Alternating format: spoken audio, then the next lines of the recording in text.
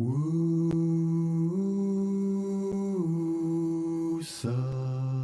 wake up South Africa. WuSA,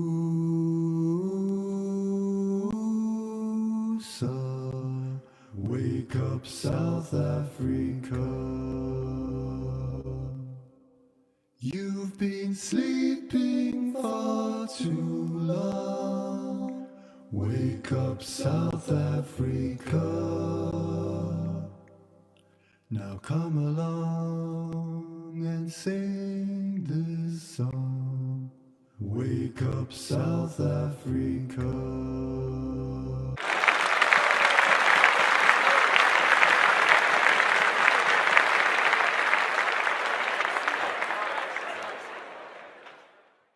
Bhuta Bhavana, welcome. We are very excited to have you with us today and to hear your insights on the topic of the 42 principles of Ma'at, cultivating the mode of goodness. The floor is all yours. Thank you very much. And I just want to begin by saying how very happy I am to hear Umpo as the host. So Umpo and I are good friends, and she's a wonderful inspiration to so many of us. And also a wonderful friend of my wife as well, who who always sends her love as well. So it's a really wonderful surprise to have you on the call hosting the event today. So I know it's going to be a blessed event, ladies and gentlemen. So it's going to be very positive. So thank you all for allowing us to come and to share something with all of you. So when I was first connected or contacted, in order to give this presentation, I could understand that there was something very special about this. Very special about the opportunity, the subject matter, and how it relates to the times that we're in. And as with all of our sharing, I want this to be up close and personal, okay? And I want to share with you some things that I've been doing, some experiences I've been having on my own journey of bhakti, where this particular topic of goodness fits into that journey, and how it can literally help us to transform both our individual journey and especially literally to bring our entire global society up to a higher level. Okay, so I'm very passionate about this topic, very enthusiastic. The other thing I'm going to say to you, because ladies and gentlemen, we want to be very real, and we want to do this in what my own mentor sometimes called emergency consciousness. And that is the idea that we do not consider that we have time. Okay, I repeat that. We do not, I repeat, do not consider that we have time. What many people do in life is that they sleepwalk. I've started, and I was just telling my wife, this could be a good technique if she wanted to try this out. What I've started to do, when I wake up, I've started to set it on my phone a countdown timer. So I work backwards. Okay, let's say I want to be asleep at 10 p.m. So I'll set the timer so that my timer goes down backwards, right? So let's say that I wake up at, I don't know, whatever time. I set my timer so that when 10 a.m. comes, my time runs out. And I did this based upon a particular inspiration. Some of you will know this particular, we call them pastime or event, that's mentioned in the literature called the Mahabharata. There, a great warrior, a great king, Yudhishthira, he's asked a series of questions. One of the questions he asks is, what is the most wonderful thing in the world? Yudhishthira's reply is, the most wonderful thing in the world is that every day we see people passing away, and yet every single one of us acts like they will live forever. So I set the timer. And the reason for setting the timer is very simple. I want to remind myself, Bhuta Bhavana, you don't have time. And in that spirit, what I'm going to ask all of you to do, and I see Umpo's already ahead of me, grab some pen and paper, grab something. There's a lot we want to share with you, okay? And some of the things we're going to share with you, you're going to connect with immediately. Some of the things we're going to share with you, you're going to connect with it on a seed form. But when you start to meditate on it, you're going to gain so much more, okay? So we talk about this idea, hearing spiritual knowledge or bhakti knowledge, bhakti wisdom. But we also talk about, we call this manana. When you start to reflect on something, amazing things happen. In my own journey of bhakti, I'm feeling, to be honest with you, especially at this time in my life, a tremendous sense of abundance. And where is the abundance coming from? Many different levels. Many different levels. One of them is that we've, by some grace, been able to create a lifestyle where, and this is rare, unfortunately, by some grace, we've been able to create a lifestyle where we have actual time to think. Most people are running around so much that they do not have time to think. And because they do not have time to think, they do not achieve their potential. Okay, and we'll show you how the mode of goodness is inherent to this. I remember my own mentor, and he said this many times about our communities around the world. He said the problem, or one of the problems with our communities around the world, is that we're always firefighting. Okay? And that relates to a particular category which we'll talk about, which we call passion. In passion, you act but don't think. In goodness, you think before you act. In ignorance, you don't think, you don't act. Okay? That's a little key. We'll come back to that. So because we had this time to think, amazing things were coming up. I'll be honest with you, amazing things were coming up. And they've been constantly one life-changing realization after another. Okay? I repeat, one life-changing realization after another. In Greece, in the ancient Greek temples, there would be a sign above the temples. And the language that they used, the wording was Genothai Silton, or Genothai Seton. And what it means is, know thyself. Okay?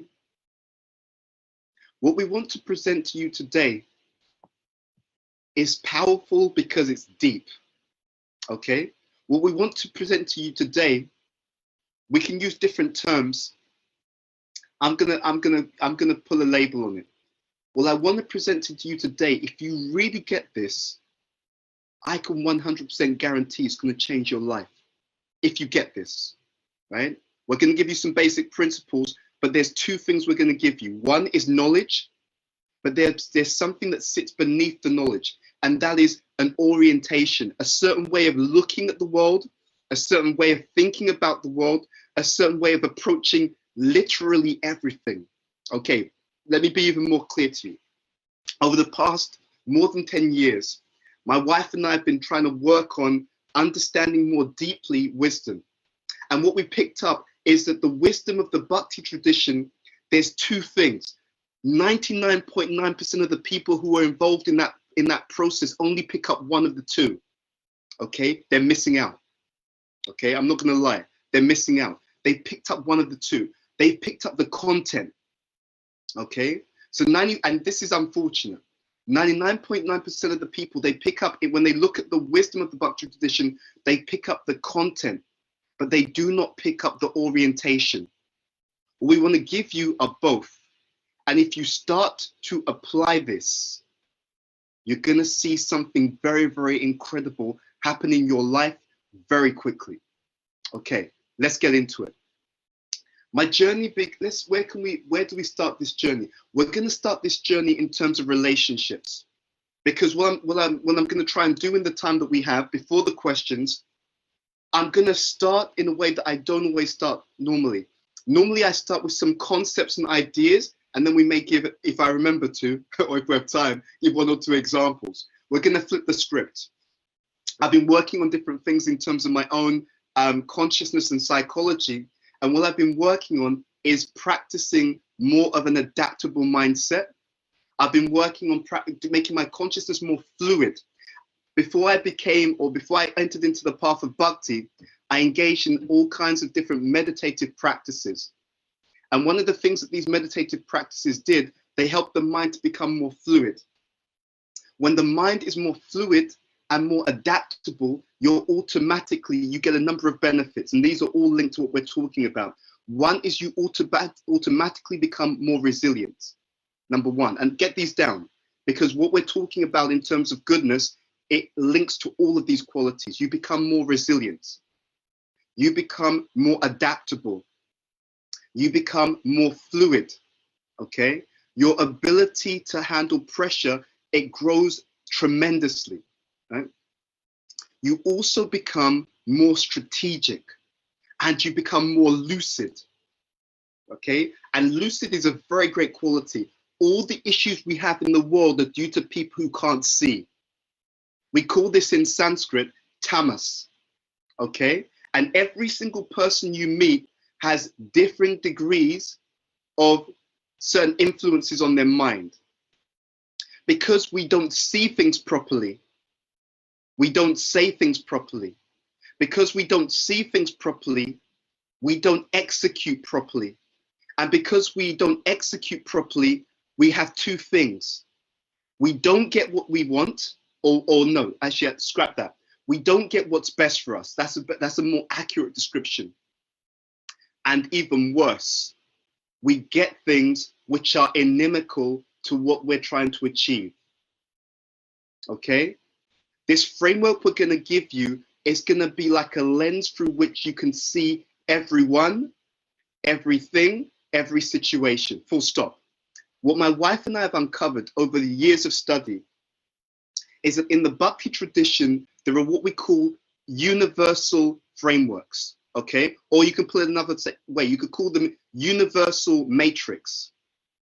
So what you see in the modern self-help field, people have, at best, oftentimes it's rubbish. I'm going to be very honest with you, right? Often it's people's speculation about things which don't work, or they work in the short term and then they cause issues in the longer term.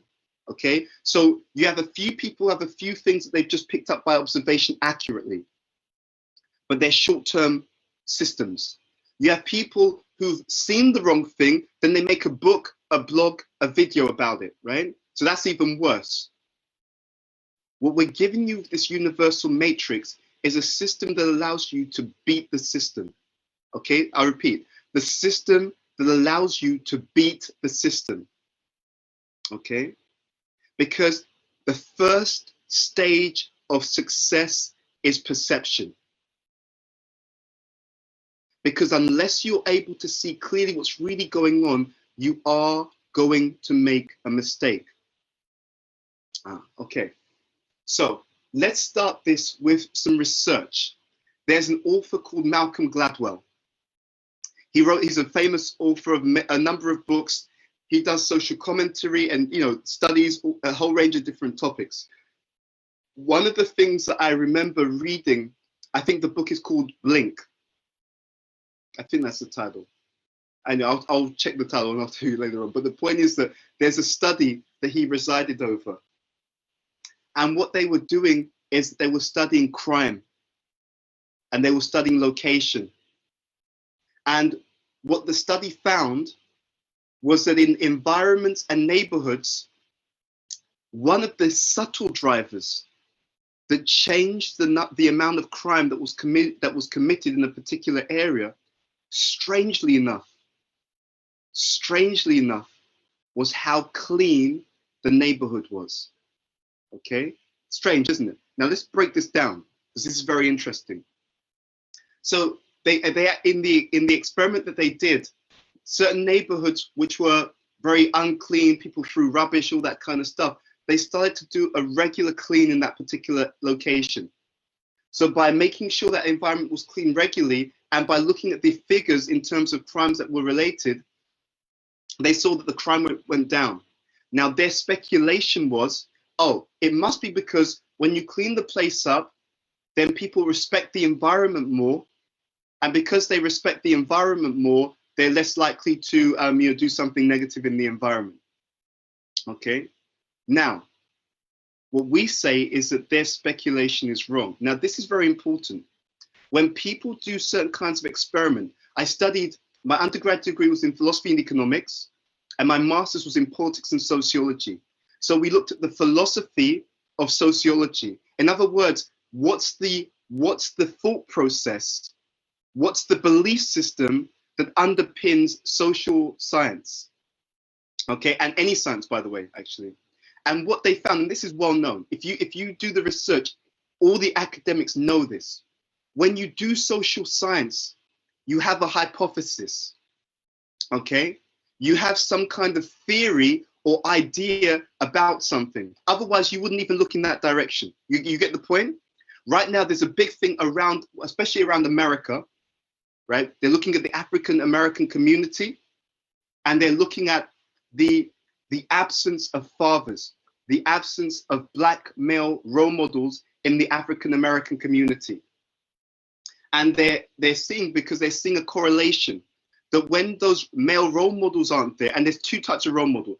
There's role model who's there physically, there's role model who's there physically and emotionally, right?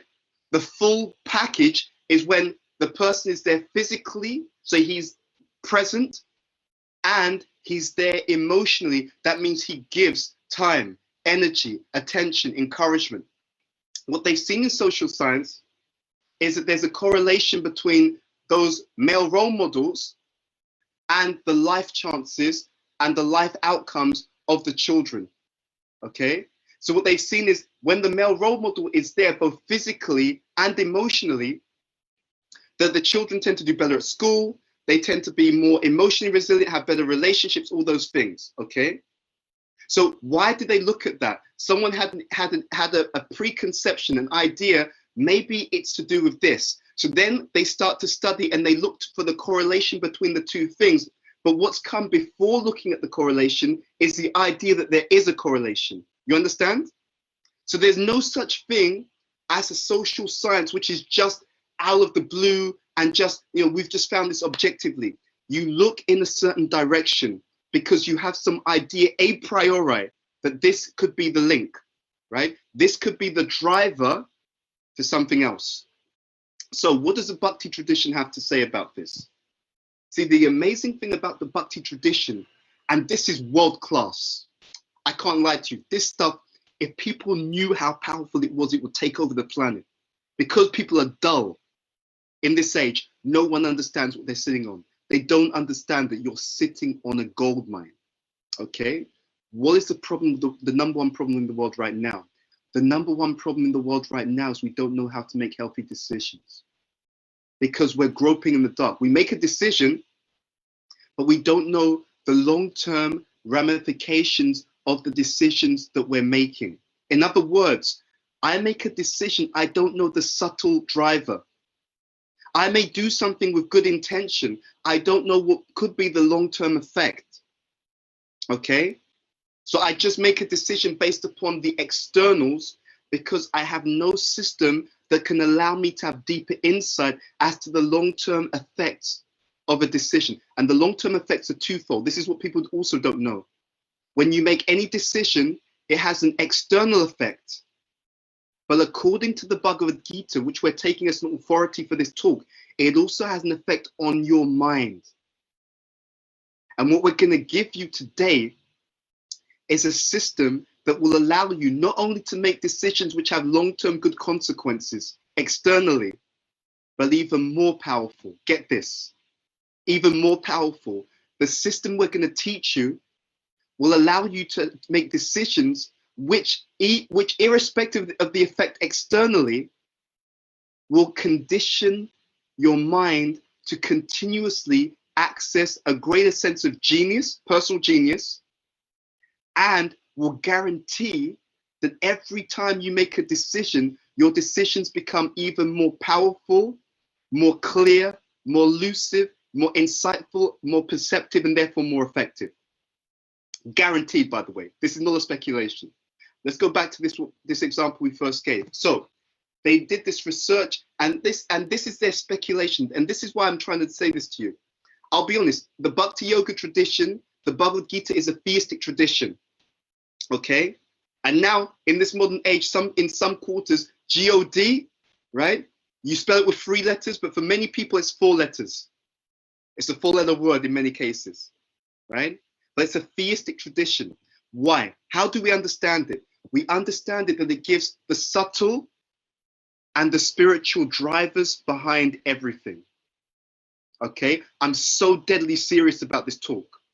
Okay, make notes. Don't take this for granted. And when you get the recording, I'm telling you, you want to listen to this again. Okay, to really get the full benefit and the full impact of what we're saying. So before I came on, as I always do, I made a prayer to my spiritual mentor. And my point to him is that I don't know everything, right? In fact, I'm very deficient in so many ways, right? So my prayer to him always is, you're the expert, right? You're the one who's connected spiritually. You're the one who's super perceptive. You make the arrangements so that the audience hear what you want them to hear, not the limited understanding and the misperceptions that I'm riddled with. Okay, so let's look at this. So they made this idea that it must be because when you keep the place clean and tidy, people respect the environment more, etc., etc. The Bhagavad Gita and the universal matrix that we call the three modes of nature, okay, has a very different story to tell. So in the Bhagavad Gita, it talks about three energies. So think about it this way: three subtle drivers which affect external situations and the internal state of mind or consciousness. Three subtle drivers. I've been using this for more than 20 years, okay? And it's deadly. I can't lie to you, it's deadly. What I've been able to do with this framework is to predict what's going to happen. And the predictions have been accurate and consistently accurate for decades. It's crazy. Okay, so what are these three subtle drivers? The Bhagavad Gita, in the Bhagavad Gita, especially the 14th chapter, and this information is also given in another literature called the Bhagavad Purana. And this information it comes through in different places, but especially in the 11th canto of the Bhagavad Purana, in a section called the Uddhava Gita. This information is also given. So, priceless knowledge. Krishna explains that there is a universal framework which allows you to literally diagnose or analyze anything, anyone, any situation, any decision in the material world, right? Analyze it. You can classify it according to three different categories. Before I go into the categories, I'll just explain that the reason for the classification is so you can understand how to better navigate the world. We sometimes in our lives end up in situations that we didn't expect and that we didn't want. And those situations can cause us a lot of pain, right? Many people in the world right now, they're not at their full potential, ladies and gentlemen, and that includes people in spiritual communities, because they're dealing with a lot of baggage. In many cases, bad experiences from the past, challenging experiences in the present. And you know what the worst thing about it is? So my mentor gave a class and he talked about the difference between pain and suffering. You may look at it and think it's the same thing. It's not the same thing. It's not the same thing. We go through situations that may be painful, okay? Maybe emotionally, mentally, physically, etc. Painful experiences. But there's a difference between pain and suffering in the way that he defined it. Pain is you're going through something. It's unpleasant. Suffering is more than this. Suffering is you're going through something unpleasant. It's difficult, but it becomes suffering because not only are you in the difficult experience, you don't fully understand how you got there. You don't even fully understand how to get out. So the formula is pain plus ignorance equals suffering, right? We're going to go in a number of different directions because I'm just going to do this by inspiration, because I want to tell you, I just want you to understand how powerful what we're sharing with you is. Many people in life don't achieve their full potential because they're fearful, okay? When they go into situations in life, their fear comes up. Trigger, warning sign, and they can't switch it off. I'm scared, I'm anxious. many people now, mental health issues are on the increase exponentially. And during the pandemic, it's gone up even more, okay? What's happening with that? When you go through a bad experience, I want to explain the psychology, and you've not understood it properly, okay? You've not faced it properly. You've not learned from it properly. You've not really understood what happened. How did I get into that bad situation? And when you, this is most important, when you've not learned the lesson of that bad experience and assimilated the lesson to such a degree that you're now a different person who would not have fallen into the same mistake, who would no longer fall for that same mistake again. When your subconscious understands that you've not really understood why that situation happened, and you've not really grown from it properly. In other words, when your subconscious mind understands that this devotee, this person, hasn't learned the lesson sufficiently that if the situation presented itself again, he could navigate successfully through it. When your unconscious understands he didn't learn the lesson from that bad experience, that's where fear comes from. That's where the anxiety comes from, because it's an internal warning system. Oh no, this is happening again. Oh no, we're in this kind of situation again. Oh no, we could be hurt again. Oh no. That's where fear and anxiety comes from. It's not the only place, but it's a key driver. Because we didn't learn the lesson, we're scared this could happen to me again. And your subconscious, that fear and anxiety is a subconscious warning you, oh no, we could this, you know, the painful experience that happened to us before, this could happen to us again. It is only when we come to a level of consciousness where we're able to properly see, understand, and learn from experiences and grow from experiences. When we come to that point where we are now a different person. So if the same challenge came upon my life again, the same kind of people came into my life again, the same kind of situation came into my life again, I'm not the same person who fell for that fell into that bad circumstance. I've learned my lesson. And because I've learned my lesson, when I come to it again, I'm not triggered.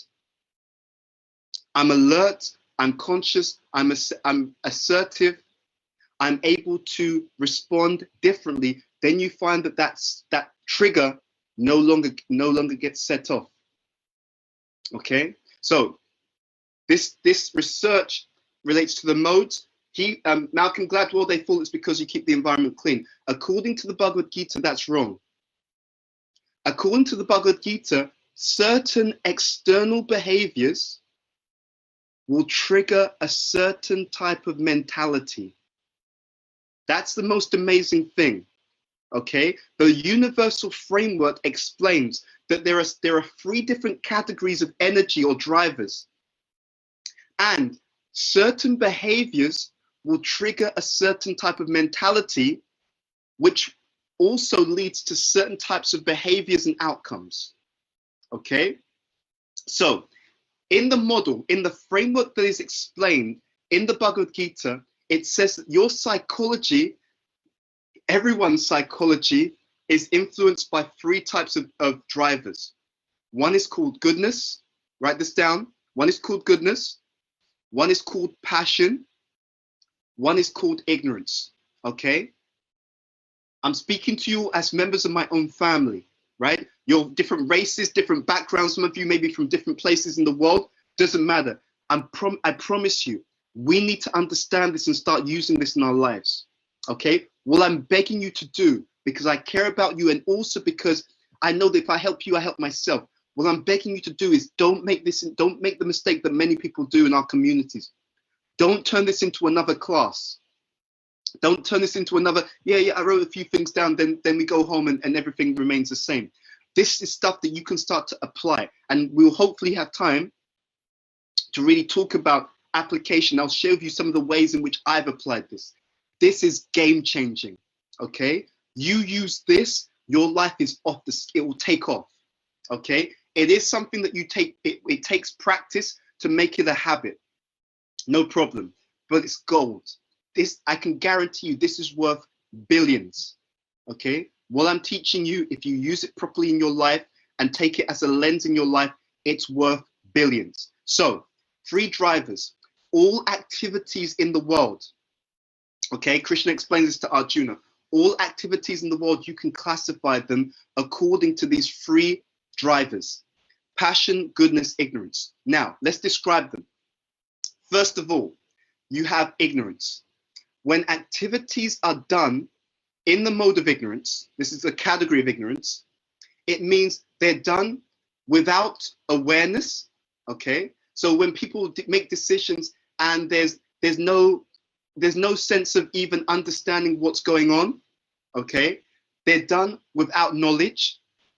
Okay, so they're uninformed decisions. Okay, when people act in ways which are lazy, when people act in ways which are destructive, right? So, you know, relationships are a big thing in all of our lives, because the quality of our existence has a lot to do with the quality of our relationships. There's a study, I believe his name is Gottman. He can predict with 96% accuracy whether a couple are going to break up.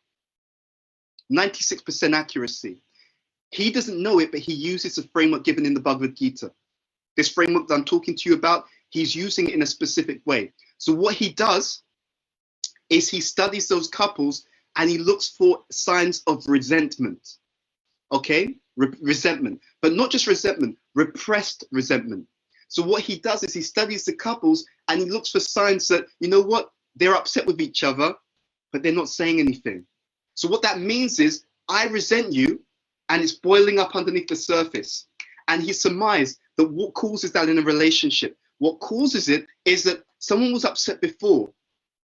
They may have expressed it, possibly even in the wrong way, okay? And therefore they were shut down, right? It got into a fight, got into a counter, so someone was upset, they just lashed out, and the person hit them back, verbally, whatever.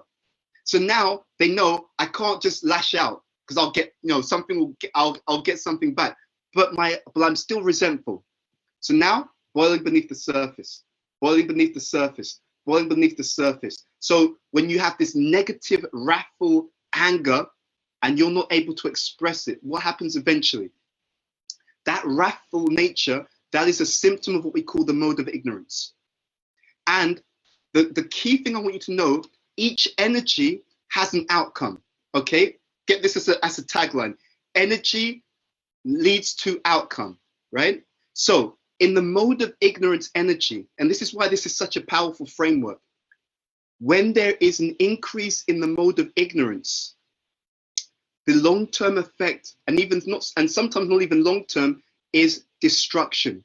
So when Gottman saw these symptoms of bottled up resentment in relationships, he saw that the pattern was, when there is significant, let's be very clear, it's like a recipe.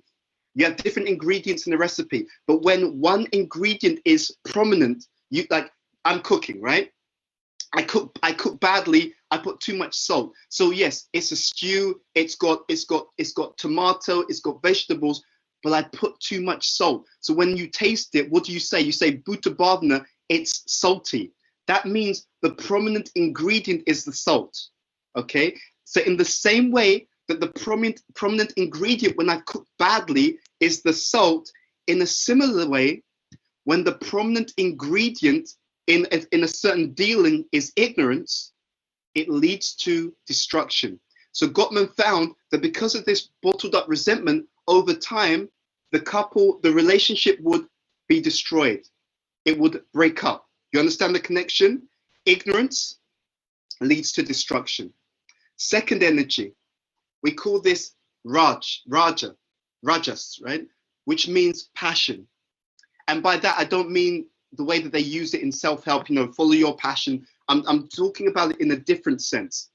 The energy of passion, you can think about it in this way. When people act on the basis of greed, when people act on the basis of selfishness, okay? It's just all about me, right? When people act on the basis of lust, these are the qualities of passion. When people do that, it has, the Bhagavad Gita explains that when you act on that mentality, again, understand this, right?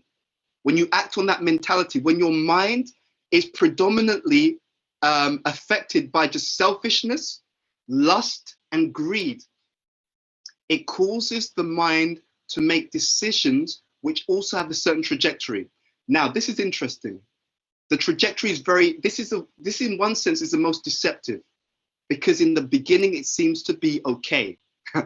Okay, I'll explain the trajectory by giving an example, and this is an example, unfortunately, of someone that I know now, and some of you may relate to this example in your own lives or in the lives of people that you know. So recently, my wife and I went to a wedding, okay, and I'll be honest with you, because we're family, okay. We were both like, what the hell is going on here? What the hell is going on here, right? And I say that with all good intention and all respect to the people involved. I know the person and I've known him for years. Out of the blue, it's like I've met this girl. Okay, cool.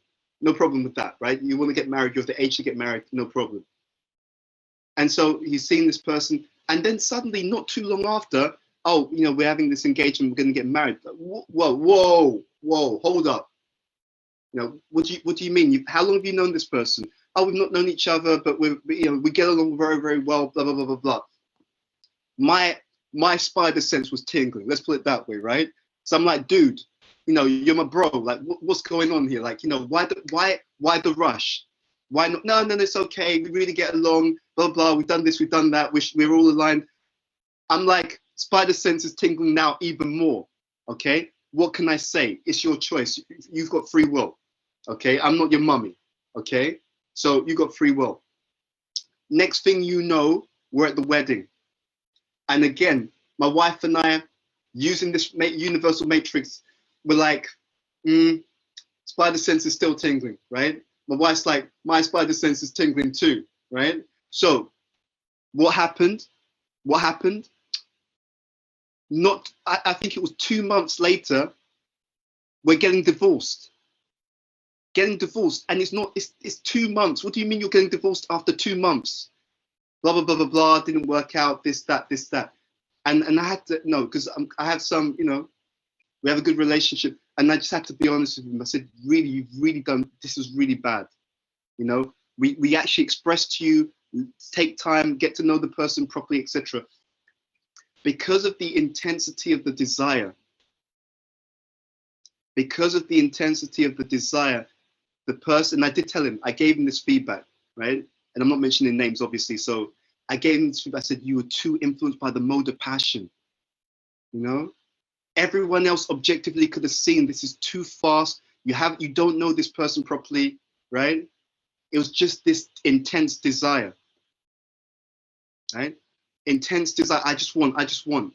And on both sides. Now, what this person doesn't know is that partner then wrote to me on Facebook with a long message, really just absolutely cutting this person down, right? And their ex wrote to me after they heard that he's breaking up with his partner, also saying, you know, BBD, I just want to say about this particular person, he's like this, he's like this, he's like this, he's like this, he's like this. So what's the trajectory? In the beginning, nectar, right? So that means in the beginning, oh, we know we're getting married, we found each other, you know, everything's great, you know. So the mode of passion, it begins like nectar. Krishna explains this point. In the end, it becomes poison, right? So I explained to him, what's going to happen now? Now that you've left, that lady who you've left, she is really upset with you, right? And she's reaching out to other people, tearing down your reputation about how you're like this, you're like that, you didn't do this, you didn't do that, you're like this, you're like that. So when he goes to try and find a partner next time, everyone else will have heard about him. You understand? Yeah? And that could have been avoided. This is the mode of passion, right? And unfortunately, most of the world acts on the mode of passion and ignorance. Ignorance is destructive from beginning to end. Okay? Destructive from beginning to end. Another example of ignorance is you eat junk food, right? It's just bad for you. There's no nutrients in that food. None whatsoever. You're just polluting your body, right? Then you get an illness. Or let's make it more real. Then coronavirus hits, okay? The studies have shown that not everyone's affected by the virus in the same way. I mean, I'll be honest, I just recently had a test for coronavirus and it said that it's negative, so I don't have it. When the coronavirus hit in the UK, there was a temple president called Shruti Dharma. He passed away. When he passed away, there was a funeral. Most of the community went to his funeral. I didn't go because I was at work. In the evening, the same people who came to the funeral came to a place called Bhuta Bhavana for the memorial. My wife and I came to the memorial. The world didn't know at that time that the coronavirus was so deadly and didn't know it was going around. So we came to the memorial. The people who were at the funeral, many of them who would have actually connected with the coronavirus at the funeral, the same people came that evening to the memorial. One of them, his name was Rameshwara, a senior person in our community. I saw him, he saw me, you know, I have love for my spiritual family as always. We embraced, right? We found out a few days later on that he had coronavirus, right? He was fighting the coronavirus, I think, for a week or so, maybe not even a week, if my memory serves me correctly, and he died from the coronavirus soon after. That same person, I'd seen him, we embraced. There's no question there wasn't contact. There was contact. And there were other people at the memorial who had contact. Why am I telling you this? Because why is it that I didn't come down with it? See, there's two things. There's one is contact, the two is immunity. Different experiences of the same virus based upon immunity. So this analogy of junk food, different things, different ways in which it causes negative results. One is it's bad for your health. You're just bringing your level of health down. You're going further away from optimum. Then you really feel it when something happens in the environment. Now you're exposed. The same thing that someone with a stronger immune system, it doesn't affect them in the same way. Or if it does affect them, it's mild, because it's not, your disease is not what you're exposed to. That's not true. No way. Your disease is a combination. It is what you are exposed to relative to your own immune system and the strength of your immune system.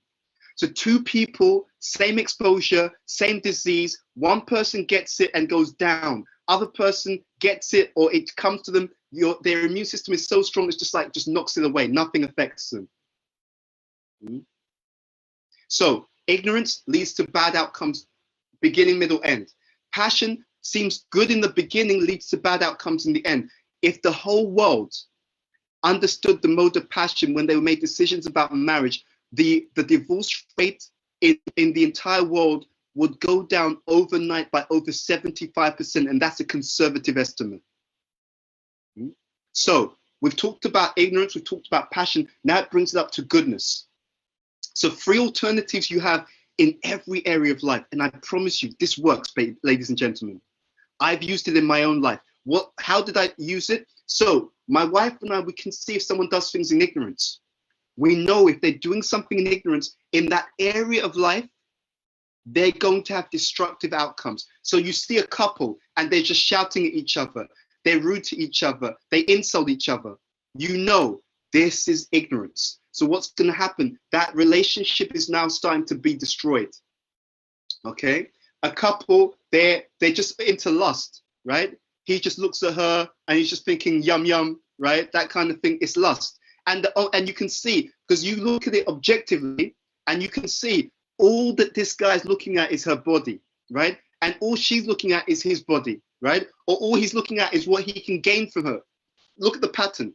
Self-centeredness is just what I can gain. It's so amazing. We have a friend, and you could see, we could predict she's going to have issues in her relationship. Why? Because when she was speaking about her relationship, all she was speaking about is what she gets from it. It's a subtle thing. All she was speaking about is what she, and I thought I could understand. Oh, I get it. She doesn't understand how relationships work, because what's going on unconsciously is she's just thinking about what's in it for her. But to have a good relationship, you can't be selfish. My spiritual master wrote about this in Spiritual Warrior 2. All the books are available on Amazon. No lie, shameless plug, but the books are great. So if you get a chance, read them. So he writes this in the book. He says what happens in modern day relationships is you have two people who are empty. right? Who are unhappy, who feel empty, and they come together expecting the other person to work a miracle for them, right? Again, what mode? If I'm empty and I'm coming to you expecting your job, right? I'm coming to you now. Come on, do something. Come on, get on with it. Make me happy. Come on. It's your job to make me happy. I'm empty. You, come on, quick, fill me up. So I come in with the mentality, I want something. So he said it's like two thieves who come together, right? You can't be happy. I'm trying to steal from you. You're trying to steal from me. This is unfortunately the state of modern day relationships. So now we translate it into the framework. It's based upon each person coming to take, not to give. That means it's in the mode of passion, self-centeredness. And that means in the beginning, it may be nectar, right? Oh, yeah, she looks so good. She looks so fly. I'm telling all my friends, yeah, look, I'm with this hot chick, whatever, right? In the beginning, it looks like nectar. But when people are selfish, and you reinforce the selfishness by lusty behavior, by greed, what happens, right? What happens is you trigger in the person's mind more of a selfish mentality, which means that selfishness will come out in the relationships, which means in the beginning it seems okay, right? But in the long term, it becomes poison. And that also happens in Hollywood a lot. That's why, and you can see when they come on the chat shows, yeah, I met her. We were on the set of the latest movie, and we were talking, and we just got on so well. Yeah, you were just thinking, thinking, I can get something from this woman. I can get some physical enjoyment from this person. And when you do that, it covers the consciousness. We said this at the beginning. First, you see it wrong. You'll see that when you look at your friends' relationships, you can see what's going to happen easier than they do. Because they're in the mode of passion, but you're not so emotionally involved. Therefore, you're more able to see things more clearly, more impartially. That impartiality is a symptom of the mode of goodness. Okay? When you're impartial, when you have clear awareness, when you're able to acknowledge the what's really going on, right? And again, because we're family, I want to give you some of myself, because I want to make it real. And it was a painful experience. I had a painful experience where I saw that certain people in my life who I'd been friends with in the past, I looked back and I saw they were just selfish, right? So it was all about them. And it was painful, and I was reflecting, because part of me didn't want to acknowledge it. You see, this tendency to be in denial. Oh no, it wasn't that bad really, or that's where the ignorance comes in. First, you see it wrong. So when the mode of goodness, let's go to that. When the mode of goodness is being strong in our consciousness, how do you know? Mode of goodness is characterized by the ability to be honest about something. Therefore, the mode of goodness is also characterized by humility. See, when you're arrogant, when I feel I'm better than other people, what mode is that? I'm going to ask Savyasachi, because I think you're controlling the sound. So I think you are able to unmute. If you are, then unmute and just give me that answer. If you're not, then just say you can't. That's okay, because I'll answer my own question. You can't? That's fine. The mode of when I feel I'm better than other people, actually put in the chat window, because I just want to see that you got the point. When I feel that I'm better than other people, think about it. Mode of passion is self-centered. Mode of ignorance is kind of like ignorant, wrathful. If I feel that I'm better than other people, what mode is that likely to be based on what you've heard so far? I'd like someone put in the chat window.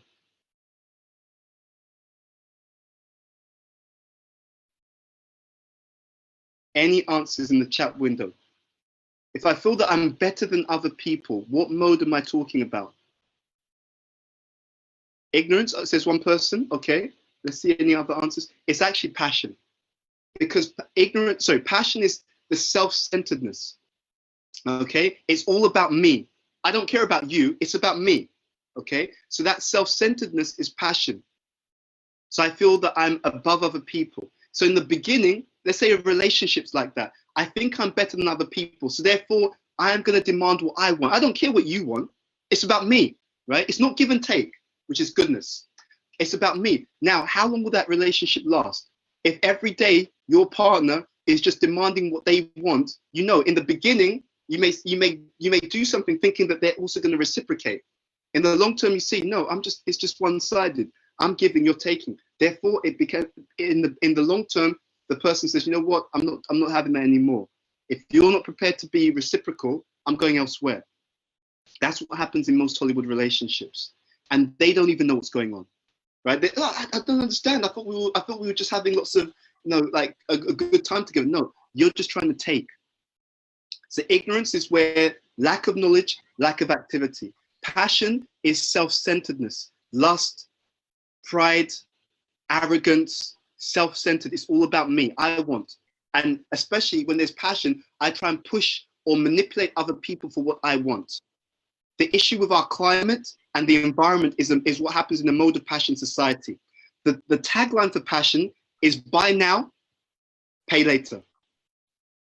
Right? So I'm just going to take from the earth now. I'm just going to take, right? We'll make rubbish. We'll make plastics. We don't care about the long term. We don't care about the next generation. It's about me. Look, I want to have new gadgets. I don't care about what's going to happen to my kids. I don't care about what's going to happen to my grandchildren. I don't care they're going to have to clean up this mess. Right? I've got a new phone. It's okay. Right? They'll figure it out. Passion. Selfish. So it begins like nectar, and we've seen this. So over years, the Industrial Revolution, we've got all these gadgets. But in the long term, we have an environmental crisis. You see? And now everyone's going to have to change. But if we'd have done things in goodness, which is the third choice, and the long-term choice, goodness is what? Goodness is I do things with a basic sense of stewardship. I care about myself and other people. So I look after myself, but I do not encroach on others. We did a podcast, the Edenova podcast. The first one was called the Self-Esteem Spectrum. That model is based upon the modes of material nature. That model. So my wife and I, we worked out, okay, if the mode of ignorance is destructive and like a sense of other people are better than me, if passion is the idea that I'm arrogant, I think I'm better than other people, and if goodness is I'm valuable, other people are valuable, then we understood that the modes of material nature, when you look at self-esteem, someone with low self-esteem is someone in the mode of ignorance. They have an inferiority complex, right? Someone who has self-esteem in the mode of passion, they have excessive self-esteem. They have arrogance and pride. I'm better than other people. And therefore, someone in the mode of goodness, they have healthy self-esteem. I'm valuable, and everyone else is equally valuable. You see? That's what it is. So the whole self-help industry, they often get it wrong. They talk about loving themselves, but if you don't explain it to people properly, what happens is in the name of loving themselves, they go into the mode of passion. You know, I love myself. I'm not going to take that. I'm not going to do anything for you. No, that's not good. That's not good. Real self-love is you're valuable, other people are valuable. Krishna alludes to this. He says samadarshana, equal vision, right? Equality of vision, equality of inherent value. He also says samoham sarvabhuteshu, I'm equal to everyone. That means you're valuable, you're my brother and sister, not just by race, by the way, okay? I love you too much to fall into some kind of body consciousness. Everyone is equally valuable, right? Because what I do to anyone is what I'm preparing to have happen to me. Huh? That's the point. So to end, the way to make this work, and I know I tend to go over time, but we'll have, I'm yours, okay? I'm yours. For as long as you're here, I'm here. The point is that if you want to have successful outcomes in life, always choose the mode of goodness, okay? How do you do this practically? Now look, if you just need to get some shoes on, you don't have to, you don't have to think forever about it, right? You just need something that fits on your feet if it's short term. But if you're making decisions which are long term, relationships, career, health, do things in the mode of goodness. And the mode of goodness, you should know this because the Krishna explains this in the Bhagavad Gita. I want to give you this up front, otherwise you won't last the distance.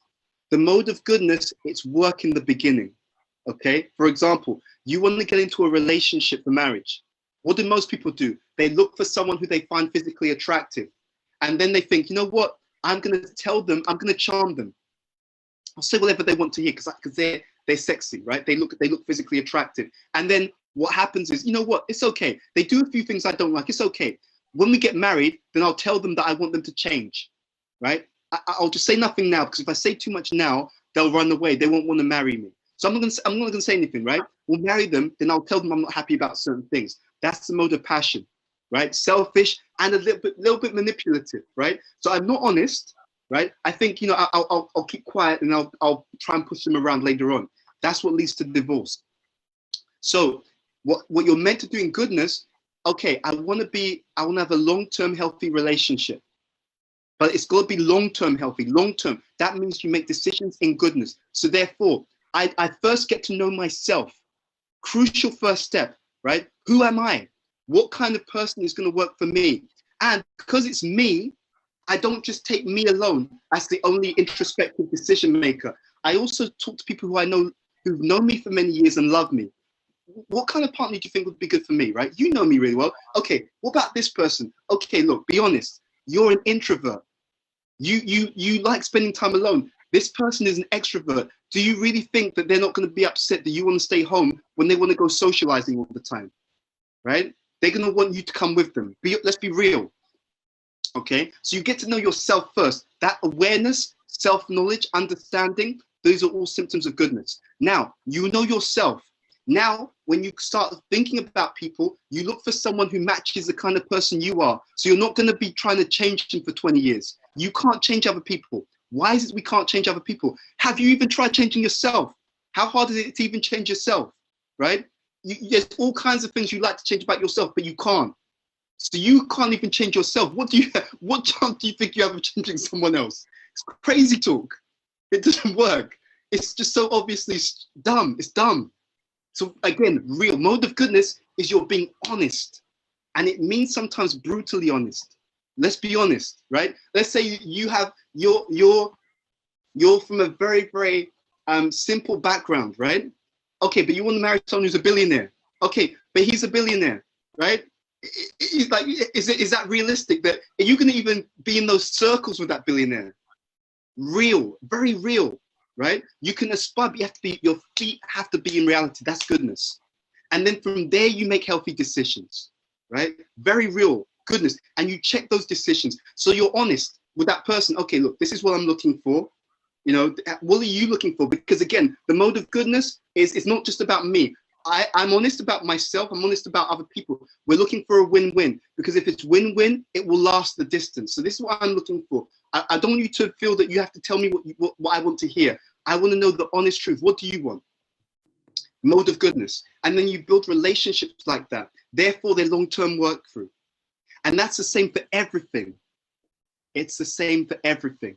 It's the same for how you work, your career, everything. Do act in knowledge.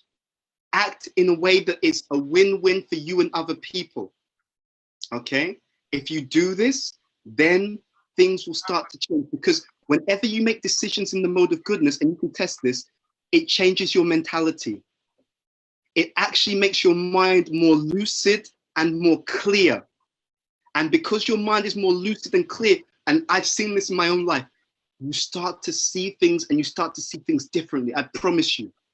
You look at the world, you look at situations, you look at people, you think, wow, I can suddenly work out a lot more. I look at this person, I can see what's going to happen to them. Incredible. I'm making an endeavor. I can see what the long-term outcome of this endeavor is going to be. I can see myself honestly. The blind spots about yourself start to close. And you start to be able to see yourself. You start to see where your strengths are, and you start to be able to see where you're honestly not doing what you should be doing. You start to see your honest flaws. It gives you the strength to see the flaws in you. And you can also see everything in the world, and you can work out what's going to happen in the long term. Because all you have to ask yourself is, what's going on? Number one. Number two, looking at what's going on, what mode is predominant? Number two. And if this mode is predominant, what will be the long-term outcome of that particular mode? Number three. And if you see that the long-term outcome is negative, then the last question is, what do I need to do to bring this activity to the mode of goodness? And when you bring the activity to the mode of goodness, then you've just changed your destiny, and it's guaranteed to work. Isn't that incredible? It's not one of these self-help things that it may or may not work. It always works. The modes always work. That's what I mean. It's a universal system. It works 100% of the time. Okay? I promise you, try this. I will give one example, then I'll open up for questions. So, health, okay, no, diet, right? I used to eat all these kind of different things. I used to love my chips and all this kind of stuff. Okay. So mode of ignorance, I didn't really care about it, wasn't thinking about it. It just looks nice. I put it in my mouth. Okay. That's ignorance and passion, actually. So what I started to do, I realized, okay, I'm getting older. If I keep doing this, what happens? Things will go down. Okay. So what do I do to change this around? The only way to change this is to bring more conscious awareness. Okay, what should I be eating? When should I be eating? How should I be eating? And by changing the diet more to the mode of goodness, consciously choosing healthy foods, my health just immediately went back up. And now, because it's a habit, I don't have to think about it. I eat in the mode of goodness. I eat healthily, I eat the right food at the right times, and I eat it in the right way. I chew it properly. So now I've done that, it's in the mode of goodness, I don't have to worry about it. Okay, I'm sorry I've gone over time, so I'm going to stop there and we'll open up for questions.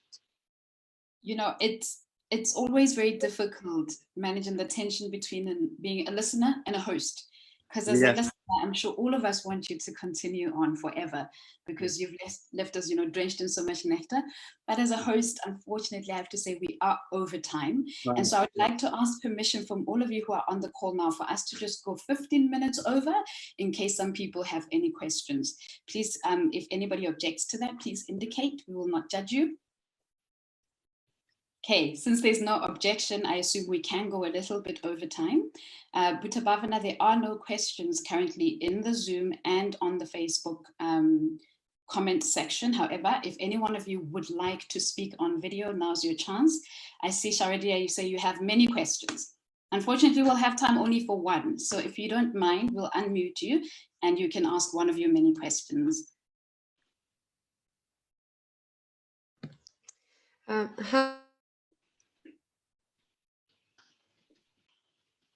We're struggling to hear you. I can't actually hear you.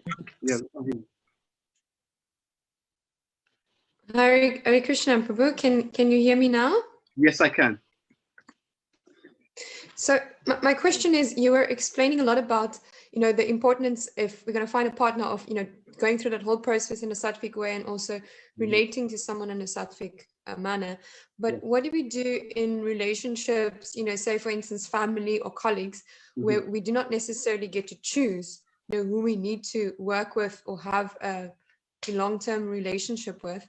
And, you know, we find that the other person is not really functioning in the mode of goodness. Is it enough if one person functions in the mode of goodness to make a relationship, you know, more stable and sustainable?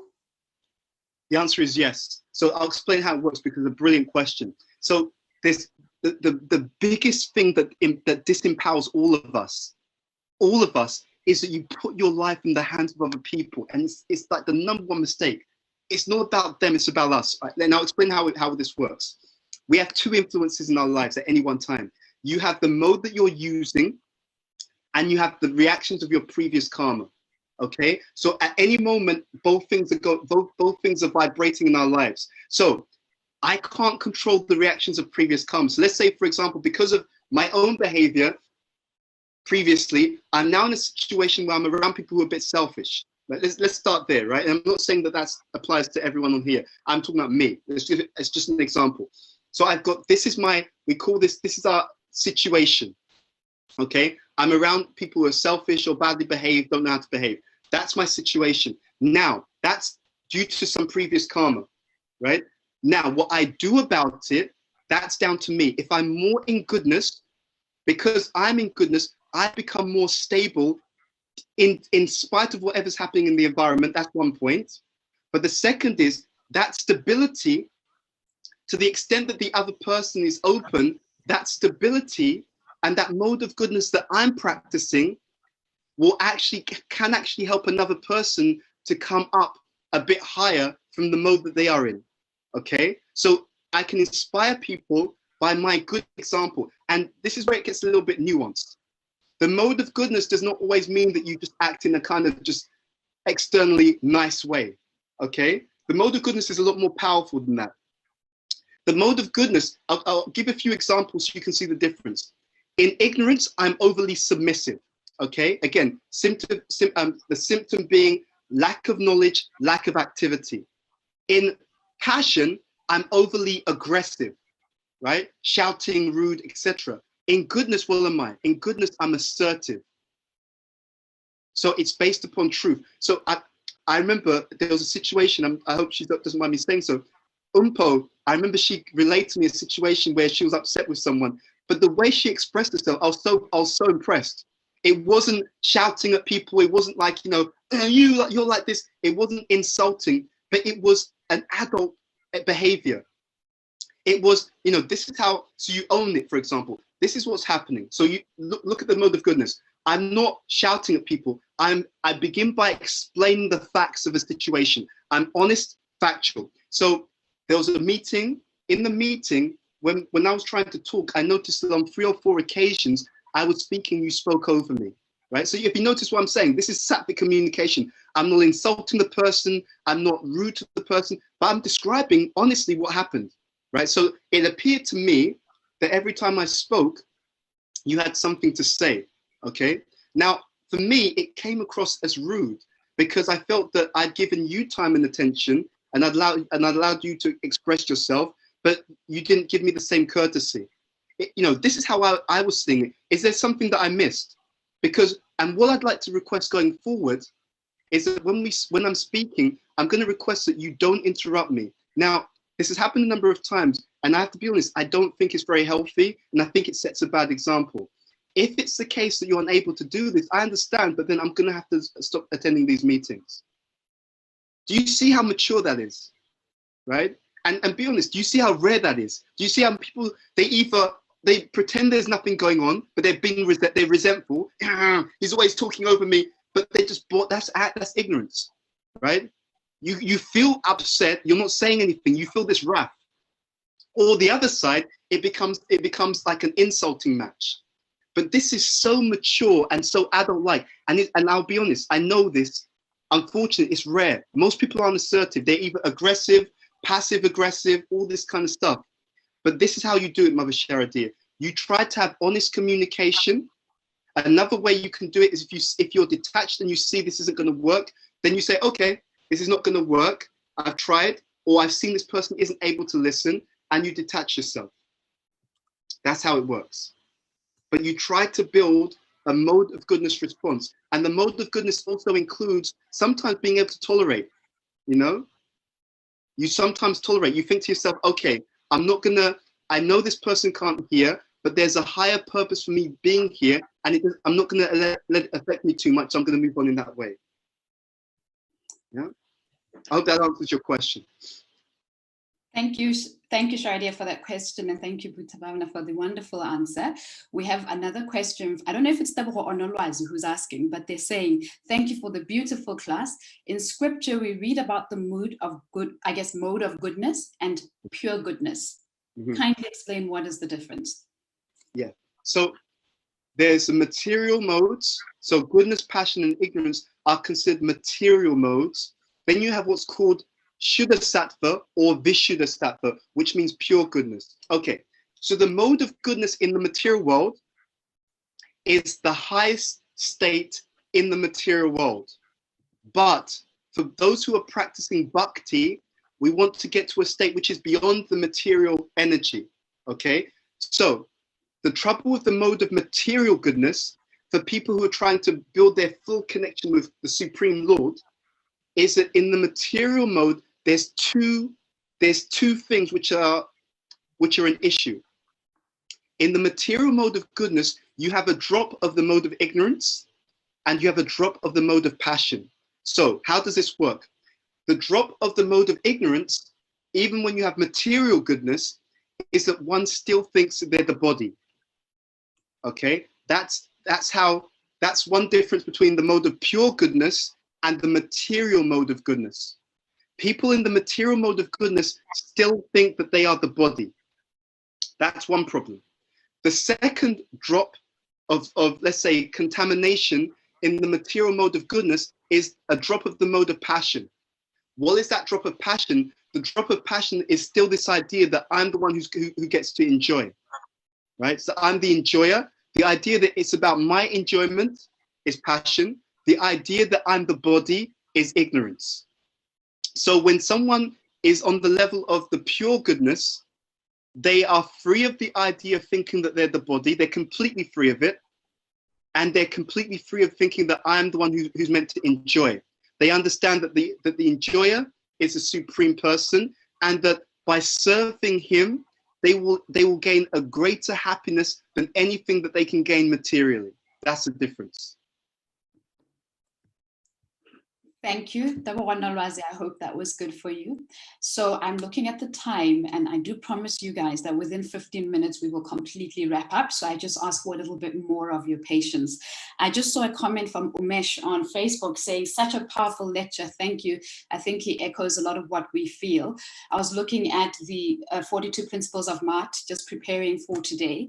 And your message today is full of them. Honesty, compassion, good intent. Thank you so much, Bhuta Bhavana. We really appreciate it. Now, that being said, I'm going to read Lamiza's question. She says, Haribo, I'm currently afforded the opportunity to live with my Muslim family, and I'm witnessing the differences between the many modes.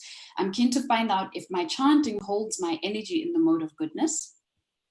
Yes, the simple answer is yes. The more you chant sincerely and attentively, and if you read spiritual literature, those two things very strongly help to bring the mind to goodness. See, it's a journey. For people in Bhakti, in the Bhakti path, what happens is those things, wherever you are in your starting point of the mode, by engaging in spiritual activity, they take you on a journey. They take you through whatever mode you're in to a higher mode, from whatever mode that's in to a higher mode, which is goodness. And from goodness, it will take you purely to the stage of pure goodness. So wherever you are, it takes you on the journey to pure goodness.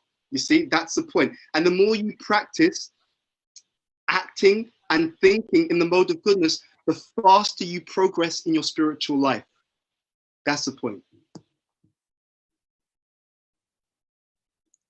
I think you're frozen. Okay.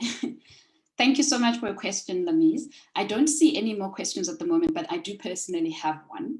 And it's related to the difference or the balance between emotional intelligence and spiritual intelligence. So sometimes in spiritual communities, we look at people who are quote unquote spiritually advanced or display qualities of bhakti as also being emotionally intelligent and therefore able to form good relationships. But I've had many experiences where I have encountered someone who at least externally looks like they're extremely spiritually intelligent, but when it came to emotional intelligence, they behaved in ways that were maybe hurtful or inconsiderate or ignorant, or revealing perhaps some mental health challenges that affect relationships. So my question is, what are those two mutually exclusive, emotional intelligence and spiritual intelligence? And do you see the importance of having both? Okay, first of all, actually, when people are spiritually intelligent at the higher levels of spiritual life, the emotional intelligence is automatically included, right? So you have some people who are emotionally intelligent but not spiritually intelligent. You have some people who have preliminary spiritual understanding and can be steady in some practices, but it's not necessarily as deep as it could be, you see? So they are, and this is a symptom of lower modes. In lower modes, where we're unconscious of sometimes the things that we're doing, we're unconscious sometimes of the message that we're sending, and we're unconscious sometimes of the effects that we're having on other people, okay? But the point, again, to go back to it is it's really about what we are, you know? So some people can quote scriptures. That doesn't mean that they're spiritually intelligent. Some people can be steady in their practice. Even that does not necessarily mean that they're spiritually intelligent. It's beyond the scope of this class, but in the higher stages of spiritual life, there are specific symptoms that you can see in a person. And the trick is, and this is explained in a literature called the Nectar of Devotion, not only do you see the symptoms, but the symptoms are consistently displayed over time. That's the key, you see? It's not just, oh, this person, you know, was nice to me on this occasion. No, someone who's at the higher stages of goodness, at the higher stages of spiritual life, it's consistent. Because at the higher stages, there are certain things that you just don't do. Now, this is where it gets tricky. If someone, for example, is in a guru position, for example, it's their job to sometimes correct people. And sometimes they may do it in a way which is quite strong, right? So it may look externally like, oh, that was a bit harsh. Maybe he's in the mode of ignorance or passion. No, he may do that just like a mother may shout at the child because the child's about to put their hand in fire. So what you'll find there is that they may be very strong because they may be themselves very soft-hearted, but they know if I don't speak strongly, this person isn't going to get the message, and they're about to do something which is going to really damage them, right? It's just like a king. The king may fight very vigorously against a criminal, but that criminal, if you just say to him, oh, you know what, you're trying to rape these women, I'm going to ask you, please don't do that. No, you can't speak like that. You have to be very strong, because you have to act in a way which they will take it seriously. But your motive is their well-being and the well-being of everyone else. You see? So the mode of goodness ultimately is two things: correct motive and proper behavior relative to the situation for the long-term well-being of all concerned. It's a little bit deeper. Got you. I appreciate that very much. I think within a spiritual community, it is very challenging to determine the difference between the two, if there is any, especially because we are drawn to the association of those who do chant and read and recite scripture and just show such amazing spiritual qualities, and yet have to have the compassion to understand they may not be perfect human beings. Yeah, and also sometimes it may even be that someone's advanced, but their nature and your nature just doesn't work together.